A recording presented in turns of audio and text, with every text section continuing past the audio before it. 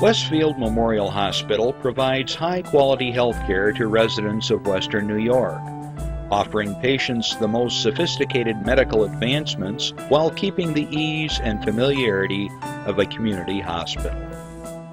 Support for Chautauqua Sunrise has been provided by WRFA 107.9 FM, Jamestown's public radio station, streaming online 24/7 at WRFALP.com. Low power to the people.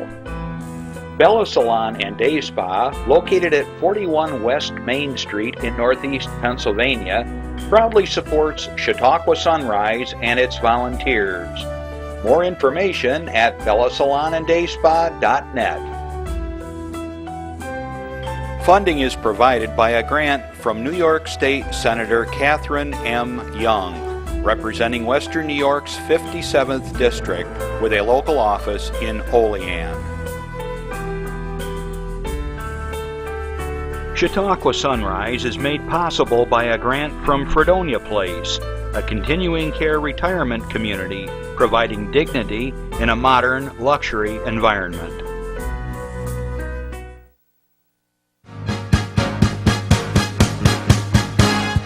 From the Access Channel 5 studios in Mayville, it's Chautauqua Sunrise. Chautauqua Sunrise is hosted by Doc Hamels and supported by the award-winning volunteers at Access Channel 5. Continuing the traditions of Senior Report, we are here to share local news, colorful interviews, and events of interest to everyone. Chautauqua Sunrise is broadcast live Saturday mornings each week, countywide, from 9 to 10 a.m. Join us by calling in live, emailing us, or checking out our social media. And now, from the Channel 5 studios, it's Chautauqua Sunrise. Hey, good morning, everyone. I'm Doc Hamels, and you're watching Chautauqua Sunrise.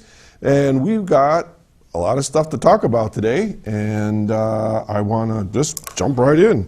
Well, I hope your Thanksgiving was memorable.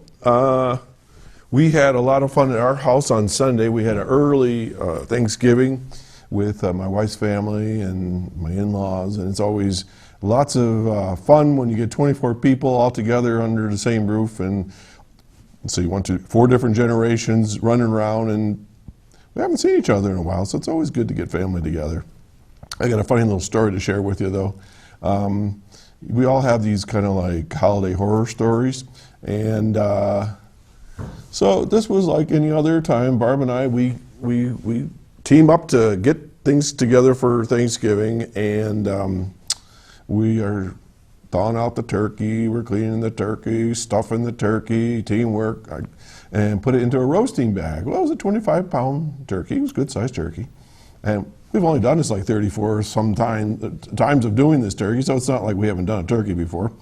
So put it in the oven, plenty of time, and a couple hours go by, and I'm sitting around the house, and all of a sudden I smell something. I go, that can't be a good smell. Something's just not right.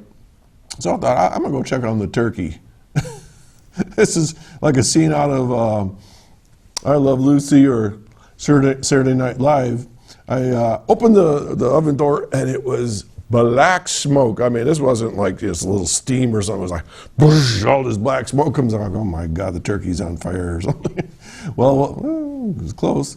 Evidently what happened was, we use those roasting bags, and you tie it off, and there's just this little end on there.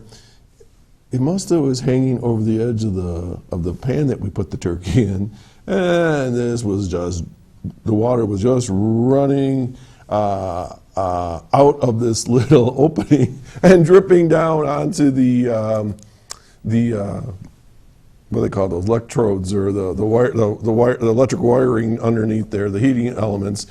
And it's just billowing smoke. Oh my God. In a couple of hours, you got a company coming in, the house is filling up with smoke. But quick, put on the fans, exhaust fans, put on the ceiling fans, open the windows and doors. Good news, the turkey was delicious, all was well. But Barb and I did spend a couple days later trying to figure out how to do the auto self-clean on our oven to get rid of all the built up remnants of the turkey inside. So, hey, if you got a holiday horror story you want to share, call us up. If you have something you want to talk about for the holidays as far as any announcements, call us at 753-5225. Love to hear from you. We are more than happy to hear from you as far as holiday events for your clubs or organizations, and we're going to do some here in a few minutes. But as I always say, it's free of charge. We are here for you. This is a community show. I mean, it's all about Chautauqua County, right? And don't be bashful. You can send us something in the mail. You can send it to in care of the station here if you want. I know people do here in Mayville from time to time. You can certainly email me. You can Facebook us. You can do whatever you like. If you want your event to be successful and you want the word to get out, we're one avenue for you. And if it's appropriate, we'll announce it over the air, and we'll also be happy to put it on the community calendar, which is always moving and scrolling and rolling while we're not on the air. So it's free, and we're happy to help, and that's what Access TV is all about. So keep in touch with us. We're happy to do that. Okay, I want to share a few other things with you. I want to remind you that right now, Saturday morning, for those of our friends that are listening to us on WRFA 107.9, Low Power to the People in Jamestown, you'll be listening to Tuesday. So hopefully when you hear this, it's nice and sunny. This will be rebroadcast, of course, at 1 p.m. on Tuesdays over there with the guys. And but right now, it's very foggy here in Mayville and along the lakeshore. So take a little time. There's a lot of holiday traffic with Thanksgiving right now, so take your time. Watch out for the deer. The hunters are breaking up the groups and shooing them all over the place. I guess they call it putting on a drive. They're driving the deer out of the woods and out in the middle of our roads. Turkeys are zooming around. Even bear are being spotted here and there. So just get out on the country roads, even on the thruway. I know there's been deer jumping out there, so take your time. And so hopefully you've been having a good holiday weekend already. Okay, so watch the weather, watch the animals. All right, let's see here. Where do I want to go? Okay, I hope you all are surviving the Black Friday sales. I know that it can be a little crazy, but I didn't see too many people get run over or beat up this year. They're saying that the actual in-person sales are down and cyber sales are up. So I guess Cyber Monday is this coming Monday, and a lot of people are buying on sale, or online on sale. So different way of doing business. But anyways, glad to see the Macy's parade was a success and all the other parades on TV, and that there were no issues. Boy, crazy world we're living in, huh? Speaking of Black Friday, there was a note that Crossroads Market right down the road in Westfield, they're having their Black Friday sale yesterday and today. And if you haven't been there, great little shops, all kinds of different things that you can buy there. And they're also going to be open every Saturday through Christmas, the 5th, the 12th, and the 19th. And okay, of course, I want to remind you, we got beautiful shops in Chautauqua County. Take a look at what they have to offer. Many of them are very unique, and you can shop locally. Okay? All right. Let's see, what else do we got here? Okay, we got a little note here from somebody that must be watching the show every week. And I wanted to give a shout out to Griffin Paternosh. And he has written us a nice little note here in his very best printing. I guess you can get a nice close-up of this here, Randy. It says, "Dear Channel 5, could you send me an autograph, please, from Griffin Paternosh?" And so, can you get a shot of that? I think I got the right camera here. We'll get this here in a second. Here we go. So there's a big old happy face there. That looks like you, Randy. So yes, Griffin, we'll get you some autographs, and we'll get that out to you. So thanks for watching, and this is a lot of fun. We love to get fan mail, and of course, if you have suggestions about what you'd like to see on the show, we're happy to hear that as well. So we'll get that out to Griffin. Okay, I don't know about you guys, but every morning I am more popular than ever. Ever since I think it was the day before Thanksgiving, I get at least 15 emails by the hour from all the big stores, from companies I never even heard of that I didn't even know they had my email address. So it's getting actually a little bit tiresome. Every few minutes I'm erasing these things, and then As soon as Christmas is over, then they go away. But right now, it's a crazy season. Okay, some announcements. I got some, Chris, before we get to what you got, so let me jump on these here. Okay, I neglected to mention this the other day.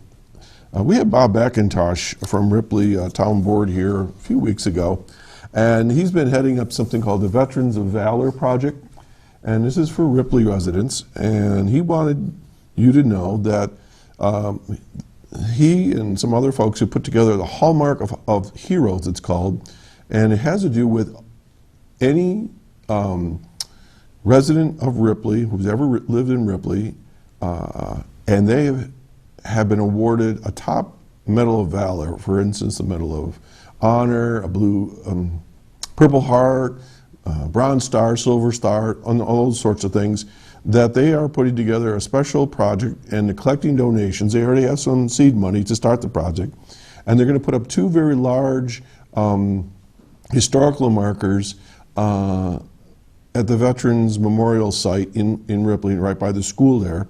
And if you know of someone that has a medal, first of all, they need to know this, so you can let Bob McIntosh know they're in Ripley, or the town clerk, Becky Carvella. And if you are interested in donating, they are accepting donations for this project at the town clerk's office. So I promised them I would mention that a few times. So if you know of anybody that has received any of those special honors, they will be honored by the town, and they're working on this project. Every individual service person will have their name and under where the medal is. So let's say Purple Heart, it would say Jimmy Jones, and that person's name would be under the Purple Heart, and so on. Okay? So good project and a nice way of recognizing special acts of heroism and valor in the field. All righty, another announcement. Head Start wanted me to remind you from time to time that they still have some openings for children, 3 and 4 year olds, and sometimes younger depending on the service they provide. But Leanne Sabulian from Chautauqua Opportunities works with the Head Start program, and they've got openings at Connection South, which is out on Fluvanna, the Holy Family site, which they now have some programs at, and out in Kennedy at the Old Temple School. If you know of a situation where some children would like to have some early education, very often this is a great opportunity for working families that are eligible for these services. And if you have any questions, call Leanne at 366-5661, or she tells me that her cell phone number is 450-4977. One more time on her cell phone number, 450-4977. Ask for Leanne Sabulian. That's kind of a hard one to say, Sabulian. And find out more about the Head Start program. It's free. And a lot of times it provides all-day child care services, educational services, meals, and so forth. Great program. And it's an award-winning program. It's one of the top 10 Head Starts in America today. So we've got a lot of good things going on here in Chautauqua County. Okay, let's get to our other announcements that I have some slides for. And Ripley's on fire. They got lots of things going on lately. So there's 3 different pieces to this. So let me put my glasses on here so I can keep up with all of it. So the first slide is they're talking about a holiday lighting contest. Okay, so if you're interested, you sign up at the Ripley Community Bank, the library, the town hall. Entry fee is a donation of a non-perishable food for the Ripley Food Pantry. The deadline is December 8th, and they're going to be judging in the areas of Kids' Choice and Most Unique, and winners will be announced at their chicken and biscuit dinner that I'll be telling you about here in a second. The next slide, they got 3 slides. They've got a lot going on. December 12th, Christmas in Ripley from 10 a.m. to 4 p.m. Starts at the Ripley School Gymnasium. There's going to be crafters and vendors from all over the county. Live music, including the Ripley Elementary Band and Chorus, and my buddies Sue Tillotson and Jim Cunningham. By the way, they're going to be on the show here in a couple of weeks. There's going to be some shopping, Chinese auction, food, and fun. From 4 p.m. to 6:30 p.m., there's a chicken and biscuit barbecue at the Methodist Church in town. $7 pre-sale price, $8 at the door, and for whole families, $25. Tickets are at the Community Bank, Library, and Town Hall. Also, continuing, look at this one, they got all kinds of stuff going on. More Christmas in Ripley starting at 7:30 in the morning. They go to 11. There's a breakfast buffet at the Ripley United Methodist Church. This is all on the 12th. From 9 a.m. to 11:30 a.m., Rudolph pancake breakfast at Meters. So you can go to the church, you can go to the pancake breakfast at Meters. They're going to have something called a passport to Ripley. And if you get 9 out of 12 different events, earns you a chance to enter the holiday basket drawing. So you go from spot to spot to spot. So if you go one place for breakfast, they'll mark your card. You go to the vendors and mark your card and so forth. You get 9 out of the 12 and you're eligible for a drawing. From 10 a.m. to 1 p.m., they're going to have something called 'Twas the Night Before Christmas at the Ripley Free Library. If you haven't been to the library, it's just a quaint building, and it's got creaky floors, and usually there's a big old cat moving about or laying around the books, and it's just really fun there, and my kids have gone there over the years, and I'd like to go down there myself. From 11:30 a.m. to 1 p.m., there's going to be a live nativity scene at the Ripley United Methodist Church. There's going to be horse-drawn hayrides starting at 1 p.m., and the donation there is simply a non-perishable food item. As you can tell, they're really trying to help out the food pantries, and I've been seeing more and more the food pantries are in trouble in a lot of the areas. Also, Wings and Things are going to have a special lunch at from noon to 4. That's one of our local eateries. There's going to be a tree lighting and tree lighting and angel tree lighting at 6:30 p.m. at Meters Restaurant. And I'm not sure what the difference is there. And then there will be a candlelight service following the tree lighting. So that's going on in Ripley.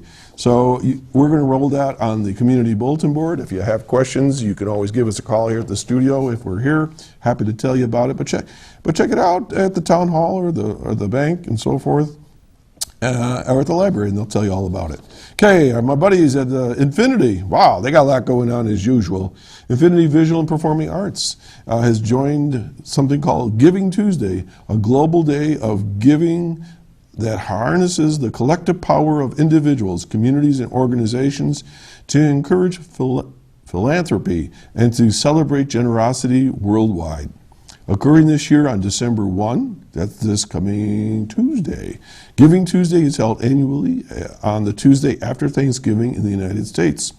After the widely recognized shopping events of Black Friday and Cyber Monday, to kick off the holiday giving season and to inspire people to collaborate to improving their local communities and to give back in peaceful ways to the causes they support.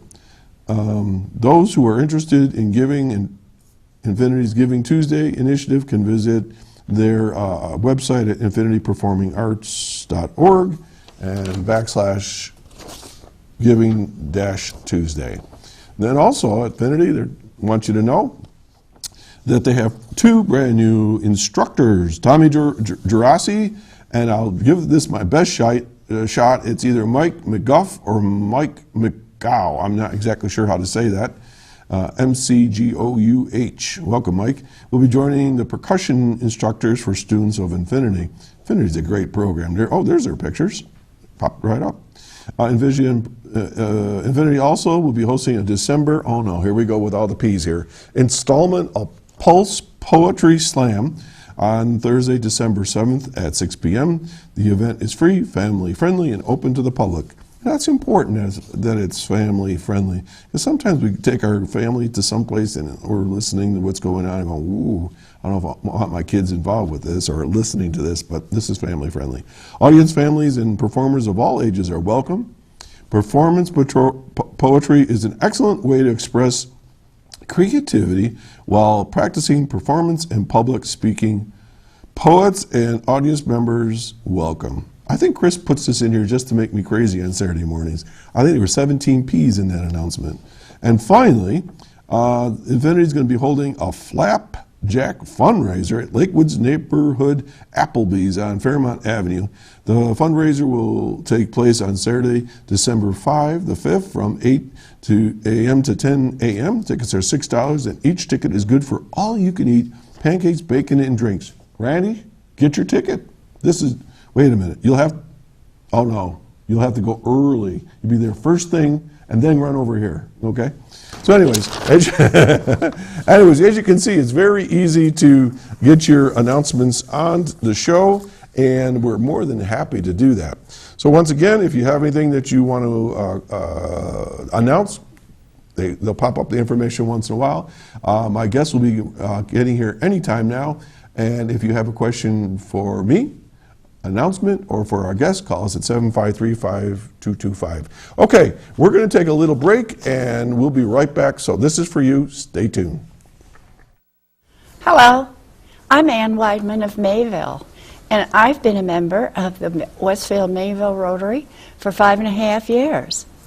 I'm publicity chair.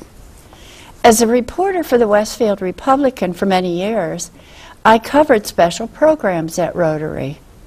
That was in the 70s, before women were invited to come in. That's when I learned that even though Rotarians sang songs and had fun during their meetings, they also were very serious when it came to helping others. Its pledge to stamp out polio worldwide is a good example of that. As the years went by, my late husband received Rotary's highest, most prestigious award, the Paul Harris Fellow. Next was my daughter, who was an exchange student to Sweden, sponsored by the Westfield Mayville Rotary. When invited to become a Rotarian, I knew it was the right move to make. Rotary International is a worldwide leader in serving the less fortunate in many ways, one being providing water wells in countries where needed, plus the polio effort.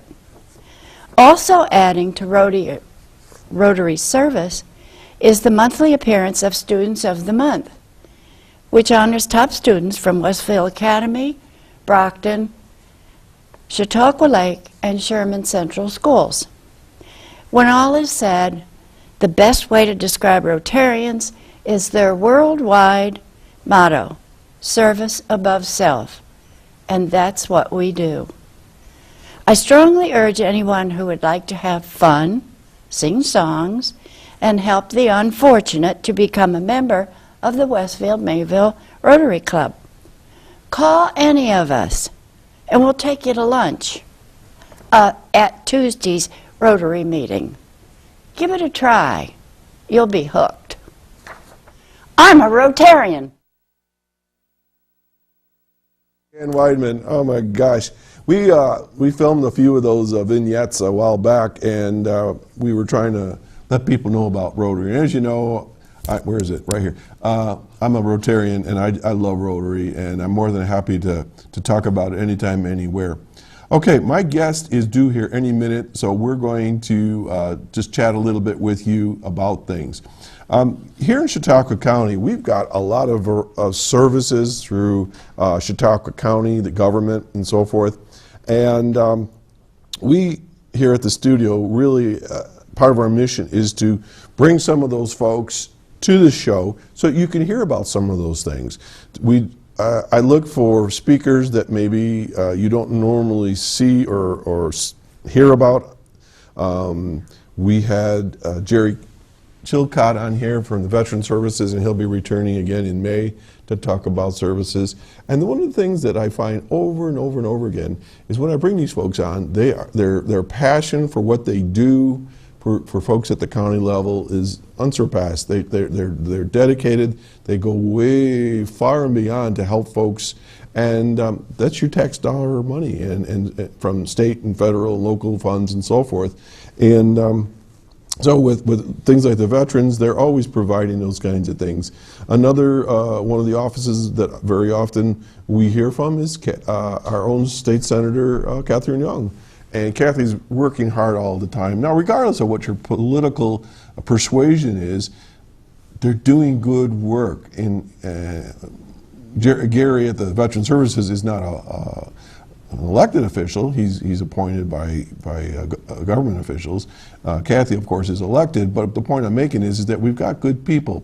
Another office that we often have, and we're going to be having on here very shortly, Mary Ann Spanos, Dr. Spanos, will be joining me here in the studio. She's fighting fog to get here, and she sent me a text that she was on her way. And so one of the things that I like to remind you is that when I was part of the senior report, many of the shows that we had a lot to do with senior issues. When I took over with Chautauqua Sunrise, one of the things that I made a stellar promise, to me it's stellar, that I've tried to keep, and we're now 74 shows into the project here, is that we will talk about senior issues still, to continue the work of Reed Powers and all those that came before me.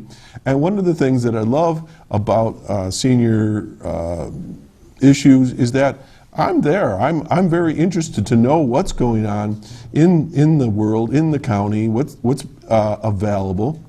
And the Office of the Aging is one of those services that definitely is one of those things that we pay for, we get services, and that you should know more about. And joining me in just like 3 seconds is Dr. Mary Ann Spanos, and we're so glad to have you on the show. Good morning. Good morning. You're bright-eyed and bushy-tailed.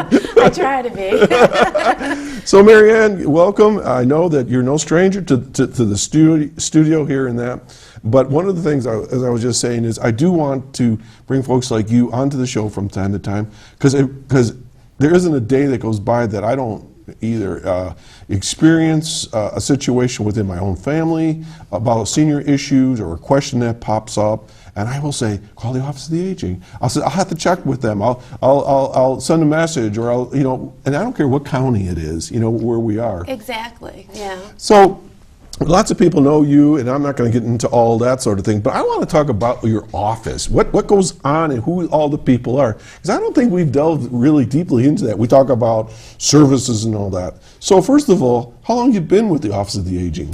Well, believe it or not, it's over 8.5 years now. Wow. Yeah, it seems to have flown by. 8.5 years. 8.5 years, yeah, it'll be 9 years in February. Now, I was just pointing out, folks like that work for the county, sometimes they're appointed, and sometimes they're civil service, and sometimes you're elected. Yours is appointed. And so it must be that Greg Edwards thought enough of you to appoint you. I'm assuming that's how that happened, or no? Yeah, actually he put together a search team. And I had several interviews with his search team first, and then I guess they gave him the top 3 candidates, and interviewed with Greg, and he chose me. And so basically, it's a political appointment. It is. And so you work at the pleasure of the county executive. And yes, but I like to think that my background in geriatric rehab, had a lot to do with that. You are right into my next question.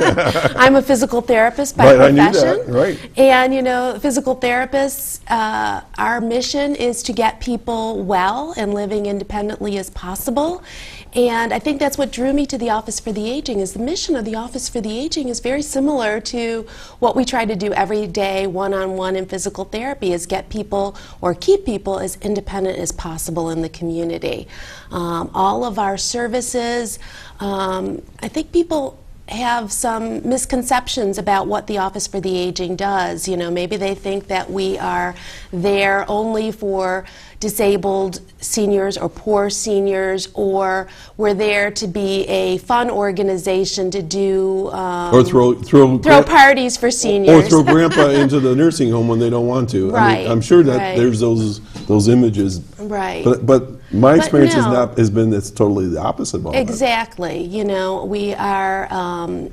How it came to being was actually in 1965 when Medicare and Medicaid were developed. The Older Americans Act was developed, and it was really supposed to be a service for people who couldn't access other services. It starts at 60 years old, but it was to help people live independently in the community, and especially for those who weren't poor enough to get Medicaid or another entitlement.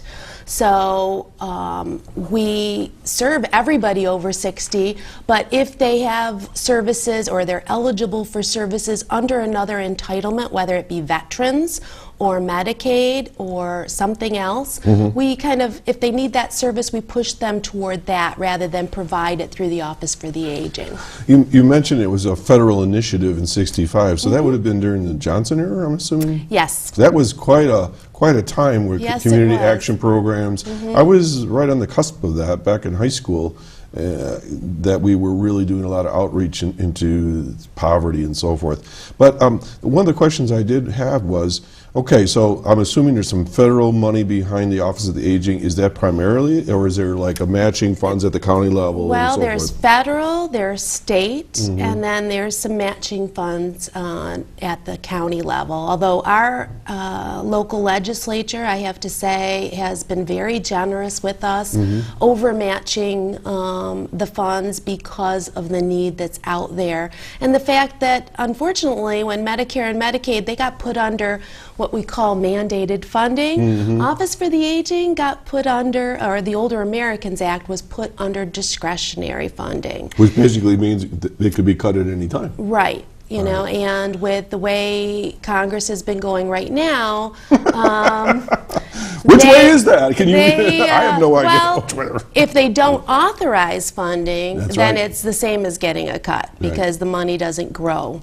And that's why we've been working on different initiatives locally to make sure there is enough funding to help all the seniors that come through our doors. I think till 2010, we were actually able to meet the needs of anybody who called us.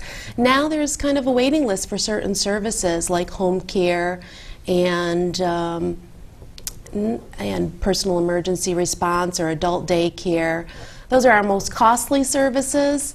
We're very fortunate that we don't have a wait for meals, and that is directly related to the great Meals on Wheels Barry Oakham and all those organizations groups, right? that we have because they do their own fundraising. So they supplement what we can do for them. So there's a lot of discussions and interchanging and networking. Exactly. It isn't one organization or one person. People call often and say, you know, let me talk to Mary Ann, she'll know what I need. And Well, actually, you and I were just I'm the face, but I don't know it all. You and I were just at a meeting last week or 2 weeks ago, whenever it was, with Congressman Reed, and I was looking around the table and going like, why are you all here? And then I realized we're all there because we all have a stake in poverty and in our community and our citizens, and that it's at all different levels and age groups, and we all need to be at the table. That was an Exactly. interesting discussion that day. It was a very interesting discussion. So I'm very glad to hear that the Part B premiums for seniors did not go up as expected. That's right.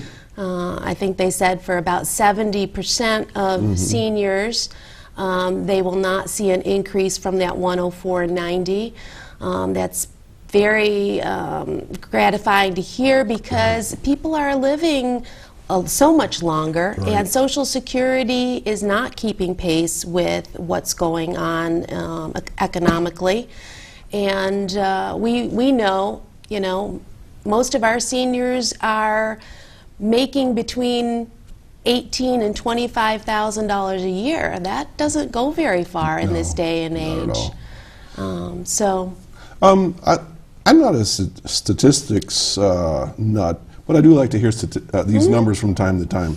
I know that when Gary Chilcott was on the show, we were talking about veterans, and that dovetails right into your group. And he told me that there was 11,000 veterans, I think, in Chautauqua County, if I remember right.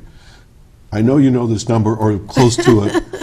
So how many seniors do we have in Chautauqua County? So first of all, we call a senior in my world over 60 years of age. So 60 and plus. over. Okay. My husband just joined the group. George I'm with you, George. Where is George? Usually he's here with you. Okay. All right, so George has now added one. That's right. We just added one. So 33,500. So wait a minute. 33,000. Say it again. 500. 500.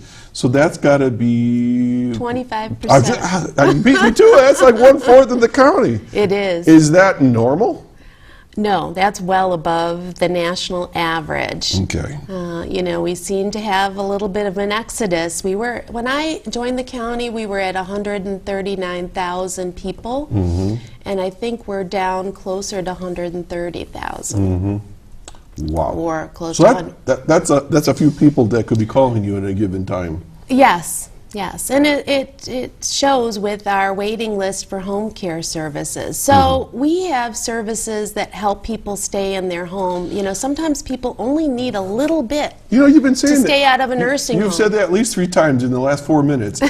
But let's go back a little bit. Okay. Because going back in history, back to the 60s, people, and I don't care what kind of people they were, whether they were disabled or people that had a mental disorder, senior citizens, the way to go was to put them in a home, put them in an institution, put them somewhere, get them out of sight, or they were in the attic.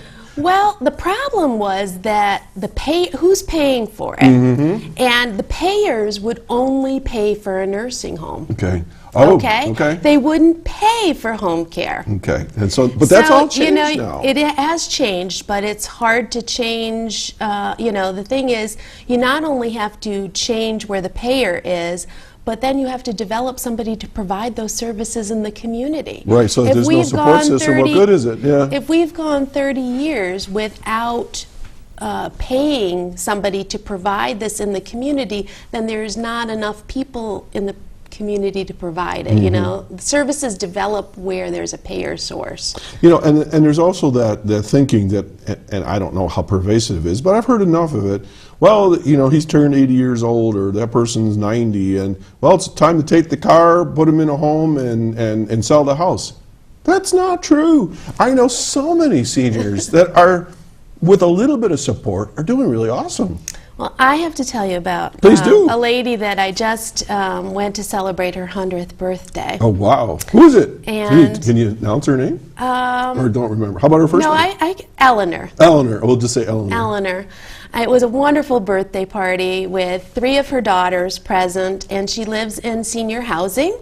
And she gets our services through the Office for the Aging. So she gets about 6 hours of an aide a week to help with a bath and to help with different things around the house. And her daughters were just so grateful. They said, you know, we couldn't have kept Mom in the community without this service. She really didn't want to live with any of us. And this is just a wonderful thing that she has been able to, you know, she needed just a little bit of help with certain tasks, and we can come in and do those things. And that's what it's all about, you know. And people don't realize that there's just so much to the psychology and so much to the whole process of taking any person, moving them from their normal habitat, their home life, their schedule, their habits and culture and tradition, and now moving them financially, moving them psychologically to a different location. And I think that's a choice situation that we would like to afford people, but a lot of times we just automatically think that's what they got to do, and seniors want their independence. Yeah, you know, every senior group I ask them, the first question is, who wants to live the end of their life in a nursing home? And none of them raise their hand. Right, but there are other options. And there's independent living and senior housing, and that's exactly. And they want those sorts of things. They don't want the big house. They don't want to cut the lawn. They don't want a dog. But they still want that independence. They still want to drive their cars and things like that. And it's important, you know. So many people say it's important for me to be able to go to church every Sunday or to meet with my group, you know, a couple times a month. And that's what our services are trying to do. We help pay for transportation through carts or through the volunteer program. We get the aid service in, or we get those little emergency response buttons. My dad has one now. I talked to 2 ladies this week. I was actually, one of my workers was out sick, and I decided to do her calls that were due for the month. And so we call every couple months to check on people and make sure they're doing okay with their services. And I talked to actually 3 ladies who, one was 97 and 2 were 99.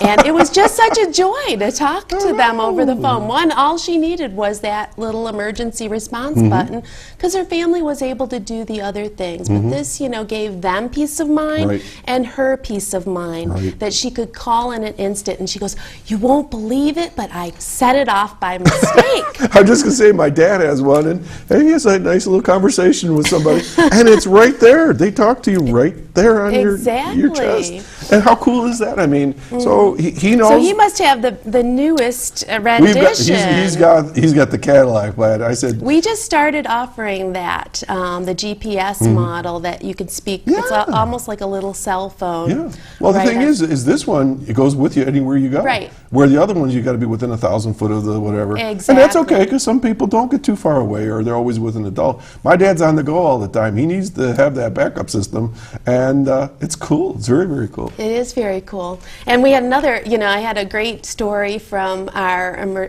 Doyle Medical Monitoring is who we work with closely.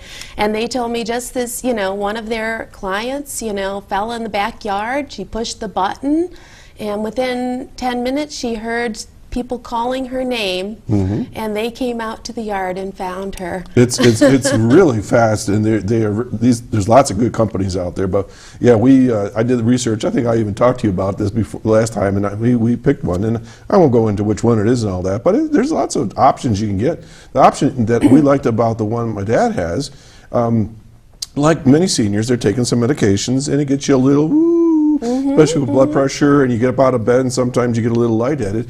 And this one will detect if you've fallen.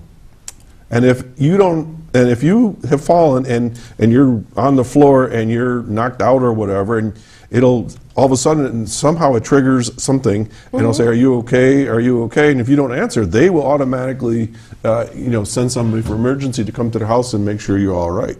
Exactly. And you might say, how do they get into the house? They got a system that allows you into the house. I'm not going to tell you the secret to it, but there's a way that emergency services can get into your house and make sure you're okay. Yeah, there are many reasons. But you bring up a big problem, for older adults is falls. Yes. Falls is probably the #1 reason that people lose their independence. Right. And it's not because they're the only ones who fall. We all fall. I keep telling seniors, we all fall. I ran out of my house one day, and didn't put on my boots because I was lazy and ended up under the car, because there was fresh snow. And George, don't start the car. I quickly jumped up and looked around, made sure none of my neighbors saw me. The thing is, as we get older and have underlying conditions, whether it's osteoporosis or something else, that fall kind of starts a whole series of problems. Right. It's like chain reactions. Yes. That lead to people, not only being hospitalized, but then not being able to come home. So one of our big initiatives, we do provide health and wellness programs throughout the county, and we're always training people in new programs, but we've taken a particular interest in the CDC's fall prevention programs, and these include things like Tai Chi for arthritis. Right, we had Tai Chi here now and then. And Moving for Better Balance, and a Stepping On program, which is a educational program where we bring in guest experts, one of them being a pharmacist, to talk about medicines and how not only the medicines that are prescribed to you, but adding over-the-counters to those medicines. Do you ever videotape these programs?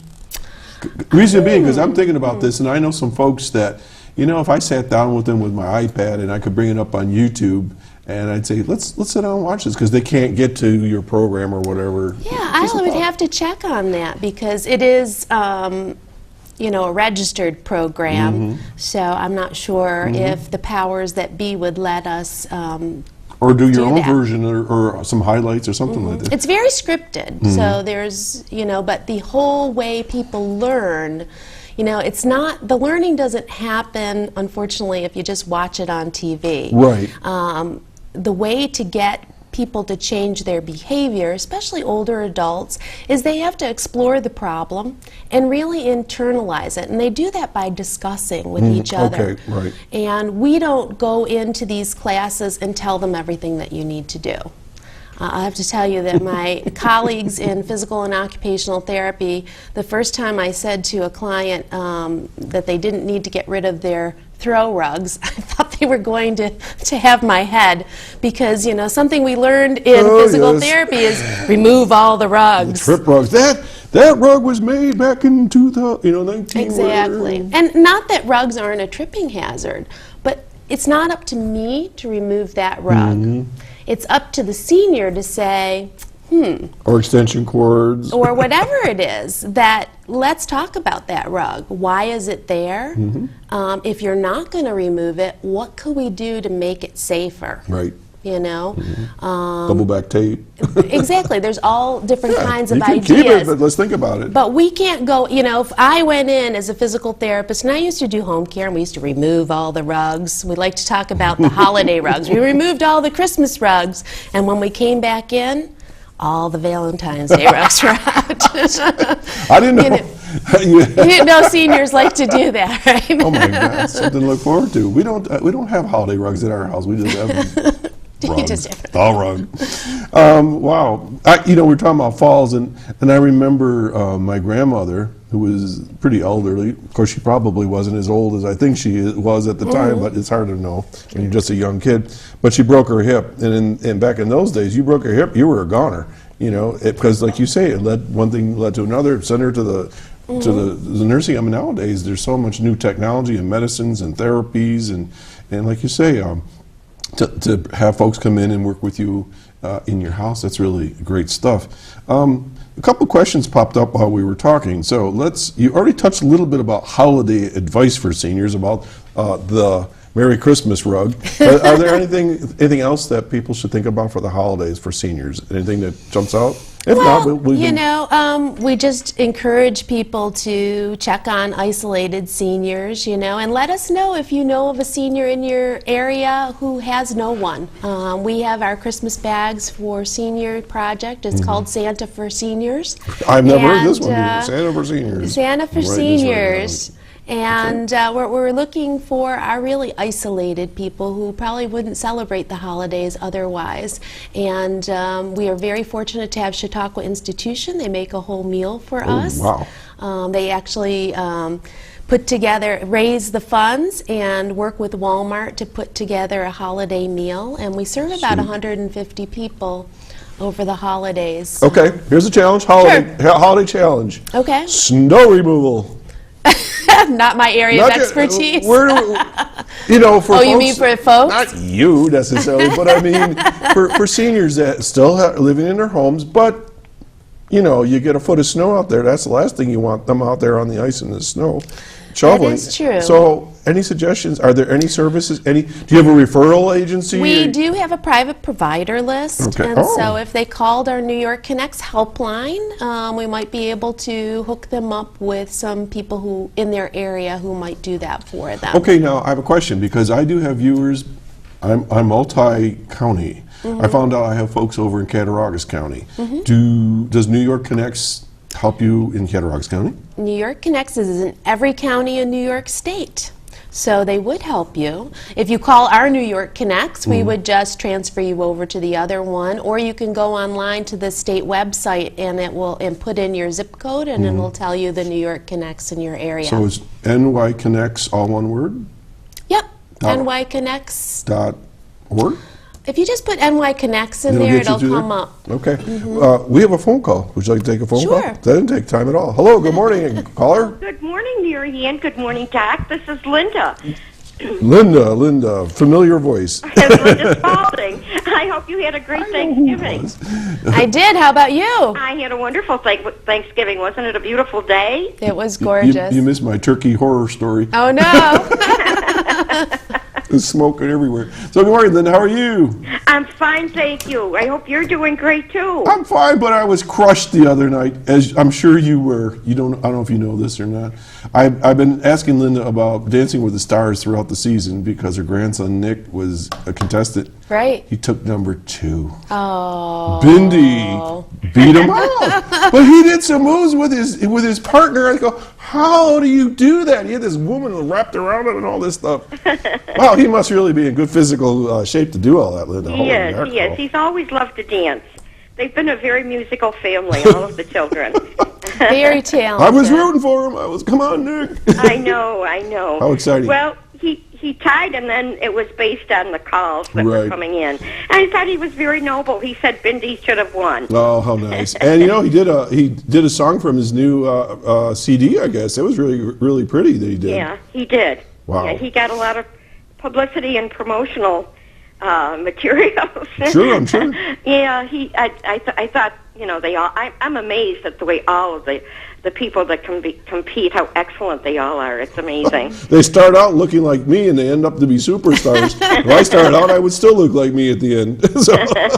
So what's up? What do you want to talk about? Well, I wanted to just mention that part of the services with the Office for the Aging, we have our computer training that's going on, and our Westfield Patterson Library computer training is up and running. And we have a new peer coach now. Her name is Darla, and people should be calling so that they can set up, so that they can get going with their computer training. Very basic. And of course we have computer training graduation in Bracton, which will occur next week at the Bracton Ohio Library. And we have a number of people that have completed. And we have trained well over 1,000 people since the inception of our basic online one-to-one computer training. So I think it's great. And then people go on for further education in computers if they're interested. Awesome. There's still some old holdouts out there that are saying, I'll never use a computer, blah, blah, blah, blah, blah. I got to tell you, I know seniors that use computers now, and it's like opening a portal to the world. It is. Especially if you don't get out a lot, and they go to Facebook, they're reading their emails, they're reading jokes from their friends, watching videos. I mean, it's amazing. My dad is a computer guru now. I mean, he's 92, and he tells me almost 93, and he's on that every day. Whenever I come up to visit him, every time, he said, let's go check out the computers. Oh, okay, what are we going to do today? And he's zooming all over the place, and he had one of his little buttons that had moved over to one side of the computer, and he just grabbed it, put it where it belonged. I go, who taught you all this? And he's fearless. I love it. My dad's so awesome with this stuff. And I know there's other seniors that it's just so good for them, and it keeps them, in what's going on in the world. I'll never forget Yeah, when we actually set up a computer in Greece, and my mother-in-law had never seen this technology before. And my son was in Japan, so we wow. Skyped Oh, him. how cool. And she got so emotional she couldn't talk. I can imagine. Seeing her grandson. How did you get him half-saved- inside that box? Go Yeah, on. halfway around the world. And George, when he would talk to his mother, she would touch the monitor. But that's Every Saturday morning. How nice, how nice. Okay. And also we have jobs, and I'm screening for different health care and home care services. And I have other jobs, lots of job orders, things are happening. People should feel very free to call if they're interested in education, training, or job. Okay, well, thank all you. free. All right. Well, get out there and go, get shopping, Linda. Oh, that's right. Turkey Day's over. Upward and onward. All right. We'll talk to you soon, okay? All right. Have a great day, a great weekend. It's great to see you on the show, Mary Ann. Nice to hear from you, Linda. She mentions jobs, and people don't realize that that's part of the Older Americans Act as well. Title V programs were working with the Department of Labor to help older workers retrain for a job. And it's needed more and more. That program actually starts at 55, and we place seniors, someone 55 or older, in a government or not-for-profit position so that they can train for another job. So now that George is getting old, he retires, Right. you can put him back to work. George, we got your plan here. We had so many seniors, especially when I first started with the Office for the Aging, who had lost their job for one reason or another. Maybe it closed, and they really had no contact with computers. So they came into our office and they were very leery. We start them off with just some basic things, emailing people, and then they learn to do a little data entry, and before you know it, they are a whiz. I like to talk about Joanne Noon in my front office. I won't say how old you are, Joanne, in case you're watching, because It won't come from my lips. right. But she recently told me that she did something online and it told her she was going to live to 102. And I said, "Are you going to work here till then?" And she said, "Sure." Why not? Yeah. But the first time I asked her to do data entry, she got really uptight about the whole thing, and I said, "Okay, you don't have to do that. It was just a suggestion." Well, once I took the pressure off, she started to do it, and she mastered it, and Of course. she is doing such great stuff for us. And she's not under that program. She actually started out under the senior employment program, and we hired her away to be our front reception. And she said, "As long as I can have off on Fridays, I got to make pies for my son's restaurant." It works well for us. How funny. And Marion, how many people are employed by the Office of the Aging? our employees, or you mean through the Title V program? I don't know what I mean by that question. Well, but I have about 25 employees. Really? I had no idea. Yeah. We have 3 offices, Mayville, Jamestown on West 3rd Street in the Westside Professional Building. It's 610 West 3rd Street. Right there with the VA clinic and the Veteran Service Agency. We're co-located there. And then we have an office in the Dunkirk Senior Center. And that's where? That's on 45 Cliff Star Drive. Cliff Star. Okay, and people do they have set hours they can come in? We're basically open 8:30 to 4:30 every day. If you call New York Connects after hours, you can leave messages and they'll call you back the next day. Our services are not emergency services, so we're not there 24/7, but we get back to you very quickly. Okay. One of the things that we probably should touch on, because we're running out of time already, holy mackerel, we could do this all day. Yeah. Right now, everybody's getting bombarded with brochures that are over a certain age from supplemental insurance. December is at 7th, that's looming out there, and they make it sound scary. You got to do this and got to do that. What's that all about? And maybe help seniors understand that, especially the newbies. Okay, well, years ago, there was only one insurance for people over 65, Medicare. And then about 10 years ago, maybe it's 15 by now, and they let the insurance companies said, we can do Medicare better than the government. And so the government entered into a relationship where they paid these insurance companies 95% of the usual cost. Okay? And for that, they were supposed to provide insurance. Those are called Medicare Advantage plans.